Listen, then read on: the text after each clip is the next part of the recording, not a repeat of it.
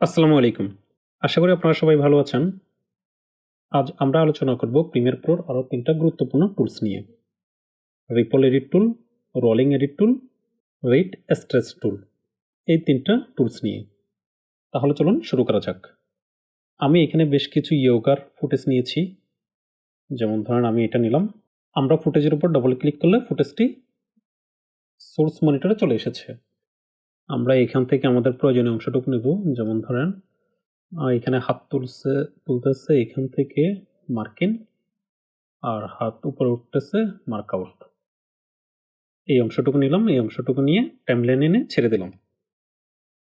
আমরা যখন এখান থেকে এই অংশটুকু টাইমলাইনে আনতেছি, এই ফুটেজের ফ্রেম রেট অনুযায়ী এখানে একটা সিকোয়েন্স তৈরি হয়ে যাবে। এটাকে একটু জুম করি। এরপর আমরা আরেকটা ফুটেজ নিই। আমরা এখান থেকে এই ফুটেজটা নিলাম। আমরা এই ফুটেজের এখান থেকে মার্কিন, আর যখন একেবারে হাতটা লাগাচ্ছে এখানে মার্ক আউট, এই অংশটুকু নিলাম। এরপর আমরা এই ফুটেজটা নিলাম। এই ফুটেজের যেখানে তারা হাতটা রাখতেছে, যেমন এইখানে হাতটা ছাড়তেছে, এই হাতটা ছাড়তেছে এখান থেকে মার্কিন, হাতটা ছেড়ে সোজা করতেছে এখানে মার্ক আউট। এই ফুটেজটা নিলাম। এখানে আমরা ৩টা ফুটেজ নিলাম। আমরা সোর্স মনিটর থেকে মার্কিন মার্ক আউট করে প্রয়োজনীয় অংশটুকু এখানে নিয়ে আসছি। এখন ধরেন এখানে আনার পর আমি যাচ্ছি আমার এখানের কিছু অংশ আমি বাদ দেব। আমরা যখন সিলেকশন টুল দিয়ে কাজ করি, সিলেকশন টুল দিয়ে কাজ করার সময় এখানে দেখেন একটা অ্যারো আসতেছে। আমি যদি এতটুকু অংশ বাদ দিই, তাহলে আমার মাঝের অংশটা খালি হয়ে যাচ্ছে। সেই জায়গাটাকে আবার যখন আমরা ফিল আপ করতে যাই, তখন আমরা এখানে ক্লিক করলে এটা মার্ক হয়ে যাচ্ছে। কিবোর্ড থেকে ডিলিট ক্লিক করলে সেটা ডিলিট হচ্ছে। অথবা কন্ট্রোল জেড দিয়ে পেছনে আসি, আমি আমার ফুটেজটি ক্লিক করব। ক্লিক করার পর সিলেকশন টুল দিয়ে খালি জায়গাটা পূরণ করব। তাহলে আমি কাজটা দুইভাবে করতেছি। প্রথমে আমি ফুটেজটা আনতেছি। যদি কোনো ফুটেজ এখান থেকে আমার ডিলিট করতে হয়, সেটা আমরা সিলেকশন টুলের মাধ্যমে কেটে ফেলতেছি। কেটে ফেলে যখন খালি জায়গা হচ্ছে সেটাকে ডিলিট করতেছি, অথবা পূর্বের ফুটেজটি সিলেক্ট করে খালি জায়গায় নিয়ে আসতেছি। আপনি পুরো কাজটা একটা টুলের মাধ্যমে করতে পারবেন, সেটা হচ্ছে রিপল টুল। আমরা পেছনে আসি কন্ট্রোল জেড দিয়ে। যদি এখানে লক্ষ্য করেন, তাহলে আমার এখানে ৩টা ফুটেজ মিলে আমার হচ্ছে ৮ সেকেন্ড ৩ ফ্রেম। আমরা এখান থেকে রিপল টুলটা নেব, রিপল এডিট টুল। রিপল এডিট টুল নেওয়ার পর এখানে দেখেন, যখন আমরা সিলেকশন টুলে নিয়েছিলাম সেটা দেখেন লাল। আপনি যদি এখানে লক্ষ্য করেন, এটা লাল। আর রিপল এডিট টুলে নিলে সেটা হলুদ। আমরা যদি রিপল এডিট টুলে নিই, আমরা যতটুকু অংশ বাদ দেব, এখানে যদি লক্ষ্য করেন ৮ সেকেন্ড ৩ ফ্রেম। আমরা এখান থেকে কিছু অংশ বাদ দেব। সরি, এটা হচ্ছে বাড়তেছে। আমরা এইদিকে আমরা কিছু ফ্রেম বাদ দেব এখান থেকে। যদি এই অংশটুকু বাদ দিই, তাহলে দেখবেন আমার যে খালি জায়গাটা ছিল, সেই খালি জায়গাটা পেছনের অংশটুকু এসে গ্যাপটা পূরণ করে ফেলতেছে। ছেড়ে দিলাম। দেখেন, আমার প্রথম ছিল ৮ সেকেন্ড ৫ ফ্রেম, এখন হচ্ছে ৬ সেকেন্ড ২৩ ফ্রেম। আমাদের এখানে যেই অংশটুকু ছিল, সেই অংশটুকু ডিলিট হয়ে গেছে। আবার যদি কন্ট্রোল জেড দিয়ে পেছনে আসে, এখানে যদি একটা জিনিস লক্ষ্য করেন, আমরা যখন এখান থেকে ফুটেজটা বাদ দিচ্ছি, উপরে লক্ষ্য করলে দেখবেন আপনাকে ২টা থাম্বনেইল দেখাচ্ছে। আমার প্রথম ফুটেজটি হচ্ছে সে লাস্ট ফ্রেম, এবং দ্বিতীয় ফুটেজটি হচ্ছে আমি যে অংশটুকু বাদ দিচ্ছি সেটা প্রথম ফ্রেম। আমরা এখানে ছেড়ে দিলে চলে যাচ্ছে। অর্থাৎ আমরা যখন কন্ট্রোল জেড দিয়ে আবার পেছনে আসি, অর্থাৎ আমরা যখন সিলেকশন টুল দিয়ে কাজ করি, আমার যে অংশটুকু বাদ যাবে আমি সেটা বাদ দিলাম। বাদ দেওয়ার পরে এখানে গ্যাপ হচ্ছে, সেই গ্যাপটাকে আমি এখানে ক্লিক করলে সিলেক্ট হচ্ছে, তারপর কিবোর্ড থেকে ডিলিট। অথবা আমি আমার ফুটেজটিকে সিলেক্ট করতেছি, সেটাকে এখানে এনে ছেড়ে দিচ্ছি। আমি গ্যাপটাকে ফিল আপ করতেছি। অর্থাৎ আমি এক কাজ দুইবার করতেছি। সেম কাজটা আপনি রিপল এডিট টুল দিয়ে করতে পারেন। আমরা যখন রিপল এডিট টুল আসবো, সিলেক্ট করব, আমার অটোমেটিক গ্যাপ জায়গাটা পেছনের অংশটুকু এসে ফিল আপ করে ফেলবে। এখন ধরুন আপনি চাচ্ছেন আপনার ফুটেজ যেটা আপনি গ্যাপ দিচ্ছেন, সেই জায়গাটা আমার পূর্বের ফুটেজ যেটা আছে সেটা এসে ফিল আপ করে ফেলবে।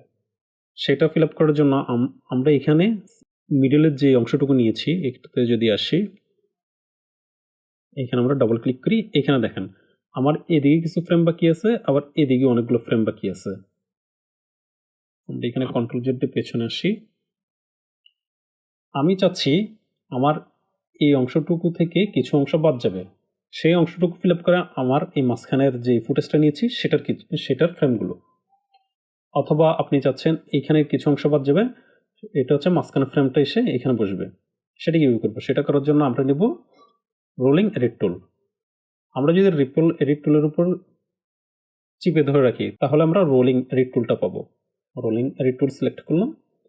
আমরা এখানে এসে ধরেন আমি কিছু ফ্রেম বাদ দেবো। তার আগে আরেকটা জিনিস লক্ষ্য করেন, এখানে দেখেন আমার টোটাল হচ্ছে 8 সেকেন্ড 3 ফ্রেম। আমরা যখন ট্রিপল এডিট টুল নিয়ে কাজ করেছিলাম তখন আমার অংশটুকু বাদ গিয়েছিল, সেই গ্যাপ জায়গাটাতে আগের অথবা পরের ফ্রেমটা এসে ফিল আপ করে ফেলতেছে। যখন আমরা রোলিং এডিট টুল নেব, এখানে লক্ষ্য করেন 8 সেকেন্ড 3 ফ্রেম, এটা ঠিকই থাকবে। আমরা যদি এদিকে আসি, উপরে লক্ষ্য করেন আমার দুটা থাম্বনেইলে কিন্তু নড়াচড়া করতেছে, অর্থাৎ আমার ফার্স্ট ক্লিপের লাস্ট ফ্রেম এবং হচ্ছে ওই ক্লিপের ফার্স্ট ফ্রেম দুইটাই আমি একসাথে দেখতে পাচ্ছি। এখানে দেখেন, এইখানে হাতটা ছেড়ে দিচ্ছে, গ্যাপ দিচ্ছে, এটাই ভালো দেখাচ্ছে। আমরা যদি এটা ছেড়ে দিই তাহলে দেখেন 8 সেকেন্ড 3 ফ্রেম আমার এটা ঠিকই আছে। আমরা যখন রিপল দিয়ে কাজ করেছিলাম এটার যে বাকি, এখানে দেখেন এখানে অনেকগুলো ফ্রেম বাকি আছে, এই ফ্রেমটা এটা ফিল আপ করে ফেলেছে এবং আমাদের এই ফুটেজ থেকে ওই অংশটুকু বাদ গিয়েছে। তাহলে সহজ কথা আমরা বুঝতে পারতেছি, আমরা যখন রিপল এডিট টুল দিয়ে কাজ করতেছি আমি যে অংশটুকু বাদ দিচ্ছি সেই খালি জায়গাটার মধ্যে আমার পেছনের ফুটেজটা এসে খালি জায়গাটা পূরণ করতেছে। আর যখন রোলিং এডিট টুল দিয়ে কাজ করতেছি তখন হচ্ছে আমি যে ফ্রেমটা থেকে আমার অংশটুকু বাদ দিচ্ছি সেই অংশটুকু বাদ হয়ে যাচ্ছে, কিন্তু আমার পূর্বে থাকা যে ফুটেজটা আছে সেটার ফ্রেমগুলো এটা ফিল আপ করে ফেলতেছে। এরপর অপশনটি হচ্ছে রেট স্ট্রেস টুল। এটি ব্যবহার করা হয় সাধারণত আমরা কোনো একটি ফুটেজকে যদি স্লো মোশন অথবা ফাস্ট করি সেই ক্ষেত্রে। কীভাবে করবো চলুন দেখি। আমরা প্রথমে এটা মার্ক করে এটা ডিলিট করে দিই। আমরা এখানে এই ফুটেজটা ডাবল ক্লিক করলাম, আমরা চাচ্ছি এখান থেকে কিছু অংশ নেব, এখানে দৌড়ে যাচ্ছে, এইখান মার্কিন আর এইখানে এসে মার্ক আউট, এই অংশটুকু নিলাম, এটা এখানে নিয়ে আসলাম। এখন আমি চাচ্ছি আমার এই অংশটুকু স্লো করার জন্য, অথবা এটাকে আমি স্লো মোশন বানাবো। স্লো মোশন বানানোর জন্য আমরা এখানে চলে আসবো রেট স্ট্রেস টুলে। দেখেন রেট স্ট্রেস টুল, এখানে যদি লক্ষ্য করেন আমাদের আইকনটা চেঞ্জ হয়ে গিয়েছে।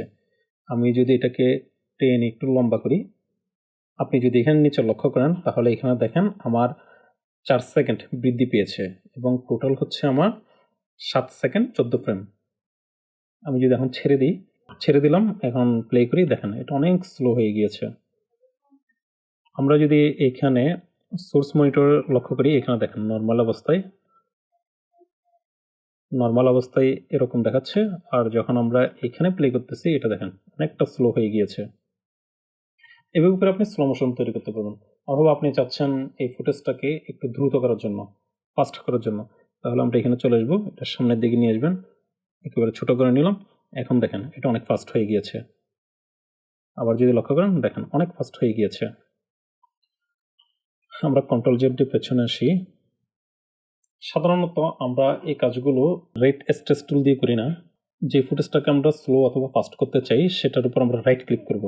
রাইট ক্লিক করার পর এখানে একটা অপশন দেখেন স্পিড অথবা ডিউরেশন, এখানে ক্লিক করব। এখানে ক্লিক করার পর এটা বর্তমানে নর্মাল অবস্থায় আছে 100%। আমি যদি এটাকে 50% করি তাহলে এটা অনেক স্লো হয়ে যাবে। ওকে, এখন যদি আমরা প্লে করি দেখেন অনেক স্লো। আবার যদি এটাকে ফাস্ট করতে চাই এখানে রাইট ক্লিক করার পর এখান থেকে স্পিড ডিউরেশন, আমরা যদি এটা ফাস্ট করতে চাই ধরেন আমরা দিলাম 200%। ওকে, এখন দেখেন এটা অনেক ফাস্ট হয়ে গিয়েছে। আপনি যদি ফাস্ট করতে চান তাহলে আপনি রাইট ক্লিক করবেন, রাইট ক্লিক করে এখান থেকে পার্সেন্টটা বাড়িয়ে দিবেন। কত, যদি 200% করতে চান 200%, অথবা আপনি যদি স্পিড স্লো মোশন করতে চান তাহলে স্পিডটা কমিয়ে দিবেন, তাহলে স্লো মোশন হয়ে যাচ্ছে। আপনি যাচ্ছেন স্লো মোশন কিন্তু রিভার্স, তাহলে সে কীভাবে করবেন? আমরা এখানে 50 দিলাম, একটা স্লো মোশন হবে। এখানে দেখেন রিভার্স স্পিডে ক্লিক করে ওকে, এখন যদি লক্ষ্য করেন দেখবেন এটা রিভার্স হয়ে গিয়েছে। আবার যদি রিভার্সে যদি আপনি স্পিড চাচ্ছেন, সেখান থেকে আমরা এখানে চলে আসবো, রিভার্স অবস্থায় থাকবে, আমরা এখান থেকে 200%। ওকে, দেখেন এটা রিভার্সে ফাস্ট হয়ে গিয়েছে। আশা করি আপনারা বুঝতে পেরেছেন রিপলের টুল, রোলিং এর টুল, রেট স্ট্রেস টুল সম্পর্কে।